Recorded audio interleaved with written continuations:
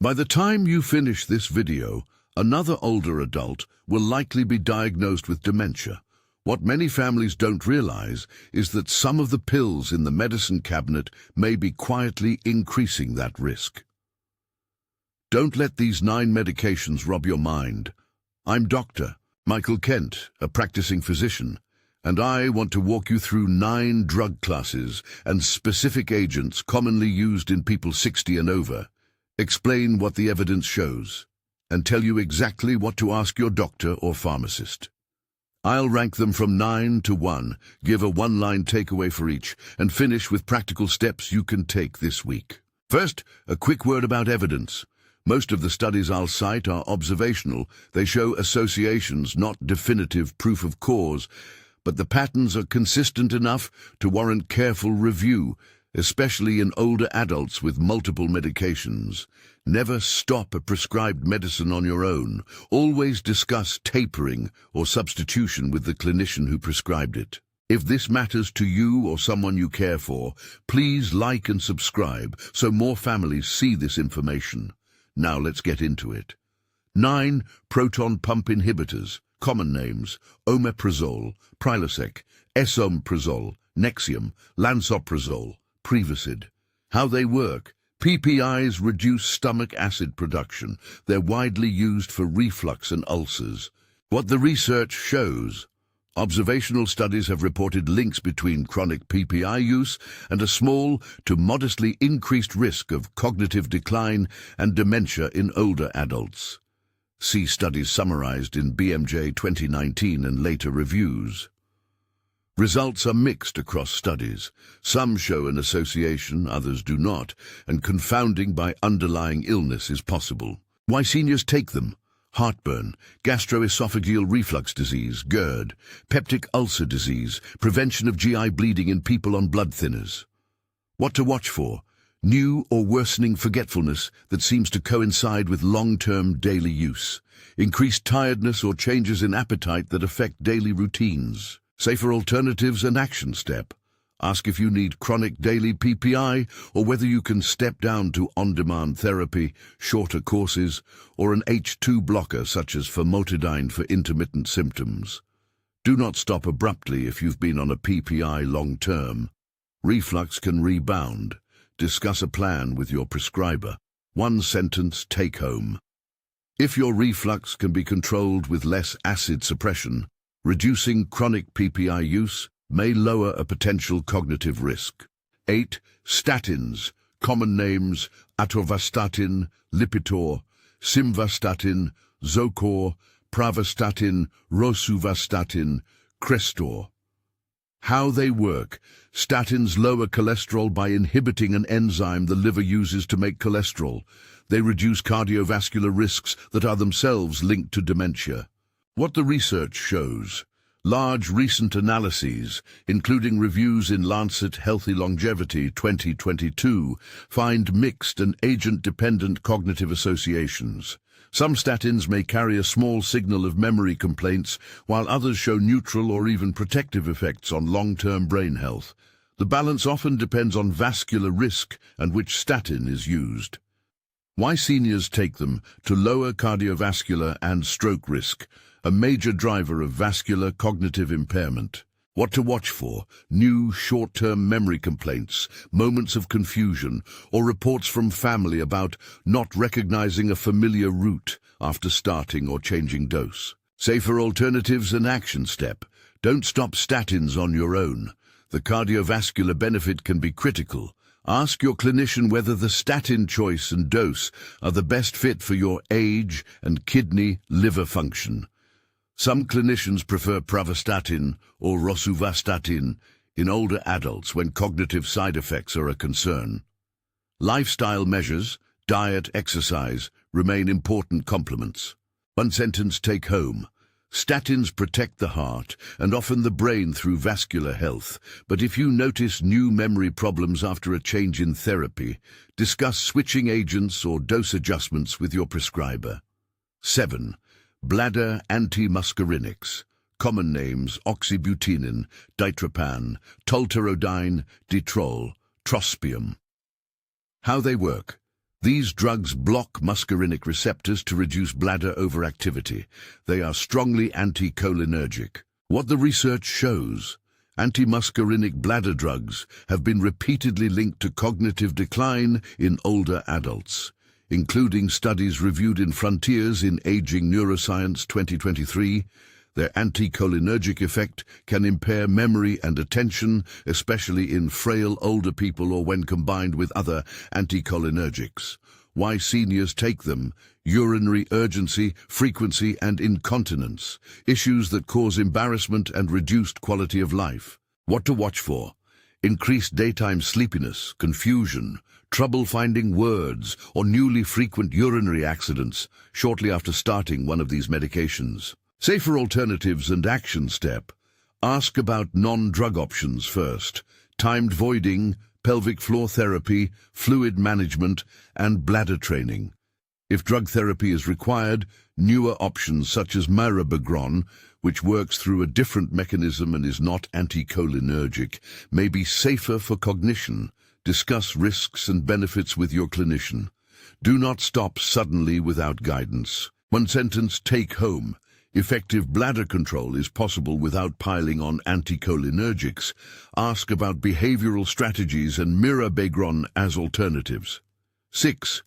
Diphenhydramine and other OTC anticholinergics, common names: Benadryl, diphenhydramine, many nighttime sleep aids and cold medicines. How they work: these over-the-counter antihistamines cross into the brain and block acetylcholine, a neurotransmitter crucial for memory. What the research shows: studies, including some cited in JAMA Neurology 2016, have linked chronic use of strong OTC anticholinergics with higher rates of cognitive decline and incident dementia. The risk increases with prolonged nightly use. Why seniors take them: allergies, insomnia, or just something to help me sleep. What to watch for: morning grogginess, memory slips, balance problems, and decreased engagement in activities formerly enjoyed, especially if these started after beginning nightly OTC sleep or allergy pills. Safer alternatives and action step. Safer choices for allergies include second-generation antihistamines like loratadine, Claritin, that do not cross the blood-brain barrier as readily. For sleep, consider sleep hygiene measures, CBT for insomnia, melatonin, or discuss low-dose doxepin with a provider rather than nightly diphenhydramine. Again, do not stop abruptly if a clinician has prescribed a sleep agent. Talk through a taper or alternative plan. One sentence take home: don't assume OTC equals harmless. Nightly Benadryl can add up to measurable memory risk over time. 5. Amitriptyline and other tricyclic antidepressants, common names: amitriptyline, Elavil, nortriptyline. How they work: tricyclics are powerful anticholinergics with effects on multiple neurotransmitter systems. What the research shows: several observational studies and systematic reviews, including analyses appearing around BMJ 2019, have associated long-term use of TCAs with increased cognitive impairment risk in older adults. The anticholinergic potency of amitriptyline makes it particularly concerning. Why seniors take them: chronic neuropathic pain, insomnia at low doses, migraines, and depression. What to watch for: confusion, blurred thinking, trouble with multitasking, and problems with memory following initiation or dose escalation, especially in people over 65. Safer alternatives and action step. Where antidepressant therapy is needed, SSRIs such as sertraline or escitalopram are often preferred in older adults. For neuropathic pain, alternatives like gabapentin or duloxetine, or non-drug therapies such as physical therapy and topical agents may be safer options. If a TCA has been controlling symptoms well, ask a clinician about gradually tapering and switching rather than abrupt cessation. One sentence take home: amitriptyline works but carries strong anticholinergic risk. Review its necessity with your provider. 4. Paroxetine, common name, Paxil. How it works: Paroxetine is an SSRI with relatively strong anticholinergic effects compared with other SSRIs. What the research shows, observational work, including analyses in JAMA Internal Medicine 2015 and other reviews, suggests that certain antidepressants with anticholinergic properties are linked with higher cognitive decline than alternatives. Paroxetine is often singled out because of its anticholinergic profile. Why seniors take it: depression, anxiety disorders, panic, and sometimes neuropathic pain. What to watch for: new or increased memory lapses, slower processing speed, or increased falls after starting paroxetine or after dose increases. Safer alternatives and action step. Discuss switching to sertraline or escitalopram, which have lower anticholinergic activity in older adults. Non-pharmacologic treatments like cognitive behavioral therapy and problem-solving therapy can also be effective. Do not change or stop antidepressants suddenly. Work with your prescriber on a safe taper and switch plan. One sentence take home. If you're taking paroxetine and concerned about memory, ask about safer antidepressant options and a supervised transition plan. 3.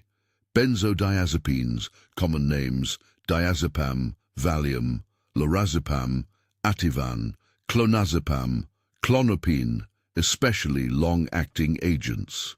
How they work: benzodiazepines enhance GABA, a brain inhibitory chemical which calms anxiety and produces sedation. What the research shows: multiple large observational studies including significant analyses reported in JAMA Internal Medicine 2015 have linked long-term benzodiazepine use with increased risk of dementia or cognitive decline, particularly with prolonged or high-dose exposure. Risk appears higher with long-acting agents and in people starting them at older ages. Why seniors take them: insomnia, anxiety, muscle spasms, seizure disorders, and sometimes off-label for agitation. What to watch for: persistent daytime drowsiness, slowed thinking, short-term memory problems, increased falls, and difficulties with new learning. Safer alternatives and action step. Behavioral strategies like cognitive behavioral therapy for insomnia, CBTI, and anxiety-focused psychotherapy are first line for chronic problems. If medication is necessary, discuss short-term, lowest effective dose options and a clear plan for tapering. Never stop benzodiazepines abruptly.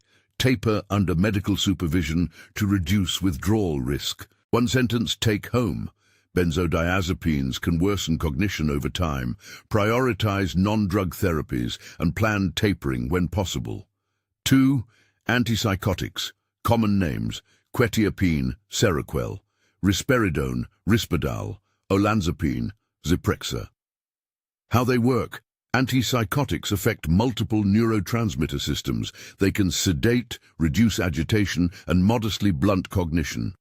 What the research shows: studies and reviews, such as those summarized in Frontiers in Psychiatry 2021, consistently show that antipsychotic exposure in older adults, particularly those with dementia, is associated with worse cognitive outcomes and higher mortality.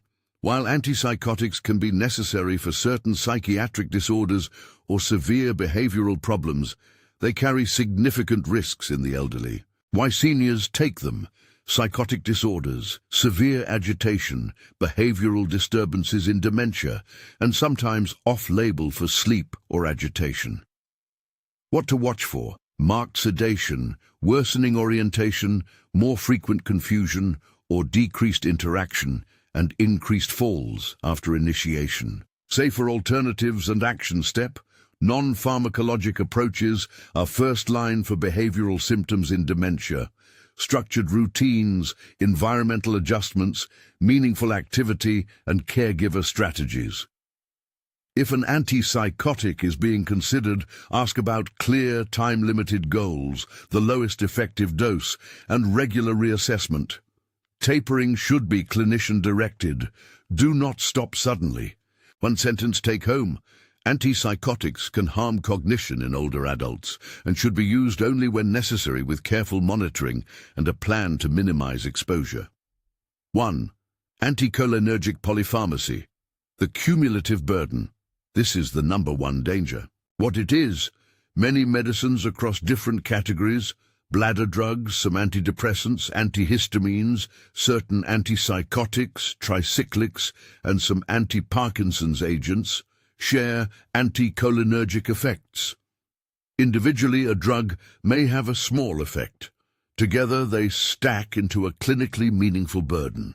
What the research shows: a consistent signal across multiple large observational studies links higher cumulative anticholinergic burden to increased risk of dementia. Notably, Age and Aging 2022 reported that higher anticholinergic load is associated with more than double the risk of dementia in some analyses. Other studies in JAMA Neurology 2016 and subsequent work reinforce that taking several anticholinergic medicines over years raises risk appreciably. Why seniors often end up with this? Different specialists or over-the-counter choices add meds without a full review. A sleep pill here, a bladder pill there, and an antihistamine for seasonal allergies. What to watch for? A slow decline in short-term memory, increased confusion after adding new prescriptions, or an accumulation of daily sedation and falls. Safer alternatives and action step. The primary action is medication reconciliation. List every prescription and OTC drug, rank their anticholinergic strength, and work with a clinician or pharmacist to deprescribe or substitute lower-risk agents. Examples: switch diphenhydramine to loratadine for allergies. Replace oxybutynin with mirabegron for bladder symptoms. Avoid amitriptyline in favor of sertraline or non-drug pain strategies. Do not stop multiple medications at once. Deprescribing should be a staged, supervised process. One sentence take-home: it's the cumulative anticholinergic load. Many small hits add up to a big risk. You've just heard the 9 highest priority medication risks. Let me synthesize why this matters and give you an actionable plan you can use today. How anticholinergic burden and polypharmacy multiply risk. Think of each anticholinergic pill as a small stone. One stone might be harmless. Drop a dozen stones into a glass and the water spills over. That's anticholinergic polypharmacy.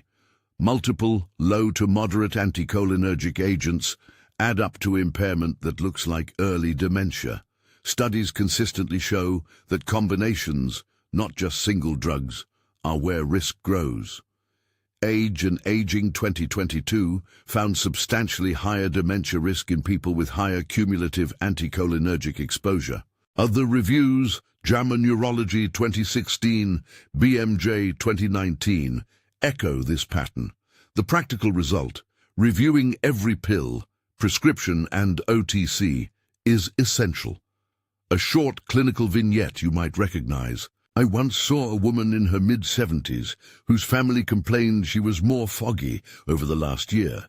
She took a nightly diphenhydramine for sleep, oxybutynin for bladder urgency, and low-dose amitriptyline for neuropathic pain.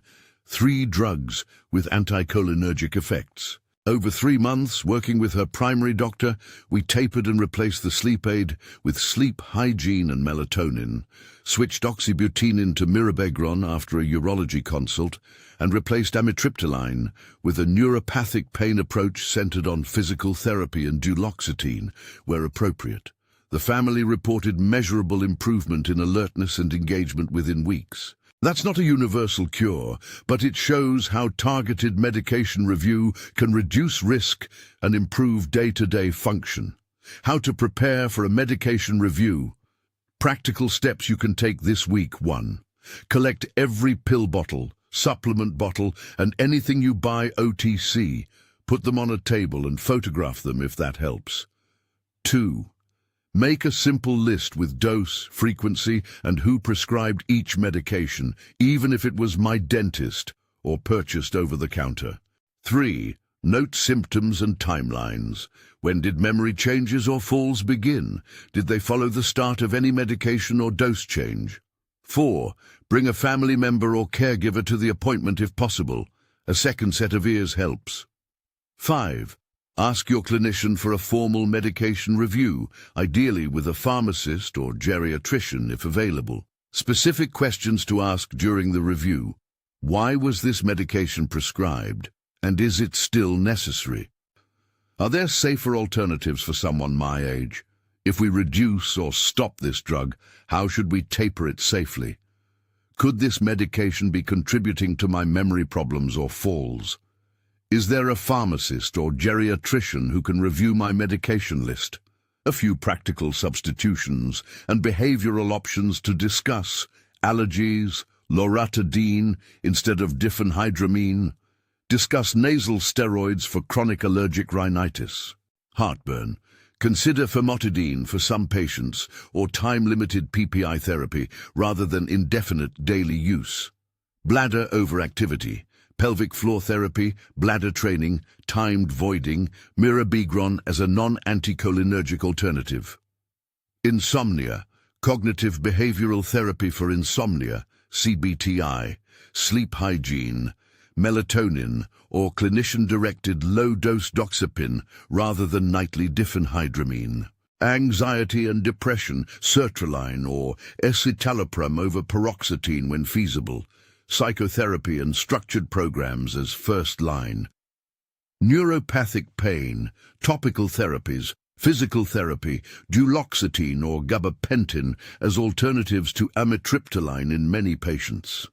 Benzodiazepines, prioritize CBT, brief psychotherapy, and carefully supervised tapering plans if long-term use exists. Statins, evaluate indications and consider agent dose selection with your clinician rather than abrupt cessation. A note on balancing risks and benefits. Many of these medications have important roles. Treating severe psychiatric illness, preventing heart attack or stroke, or controlling painful neuropathy are valid and sometimes life-saving reasons to use medication. The goal is personalized risk reduction. Keep what's necessary, remove what's not, and choose safer options when possible. Always weigh symptoms, function, and the patient's priorities. Deprescribing is as much art as science and should be done collaboratively. What to do if your clinician hesitates? If your primary doctor is cautious or unfamiliar with deprescribing strategies, ask for a referral to a pharmacist or geriatrician. Many clinics have pharmacists who run medication reconciliation clinics and can provide a formal anticholinergic burden review. You can also request a time-limited trial of a substitution or a slow taper, with clear monitoring parameters and a plan to resume therapy if symptoms worsen. Safety reminders. Critical. Do not stop prescribed medications suddenly. Some drugs, benzodiazepines, certain antidepressants and antipsychotics, require tapering to avoid withdrawal or rebound symptoms. This video is informational and not a substitute for professional medical advice. Discuss changes with the prescriber who knows the full clinical picture. Individual risk varies. Age, kidney and liver function, genetics, vascular disease and baseline cognition all change how medications affect someone. Final practical checklist to bring to your next appointment: a complete current medication list, prescriptions and OTC.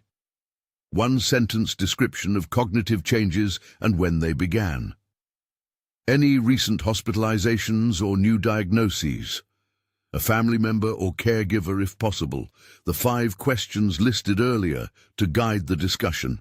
Before I close, which of your medications surprised you on this list? Tell me in the comments which pills you take and whether you or a family member noticed memory changes after starting them. Your experience could help someone else recognize a pattern. You don't have to do this alone. A thoughtful medication review can reduce your risk and improve daily function. Schedule that appointment this week, bring your pill bottles, and ask the specific questions I mentioned. If you found this useful, subscribe so we can keep sharing evidence-based advice for older adults and their families. I'm Dr. Michael Kent. Stay sharp, stay informed, and take control of what you can.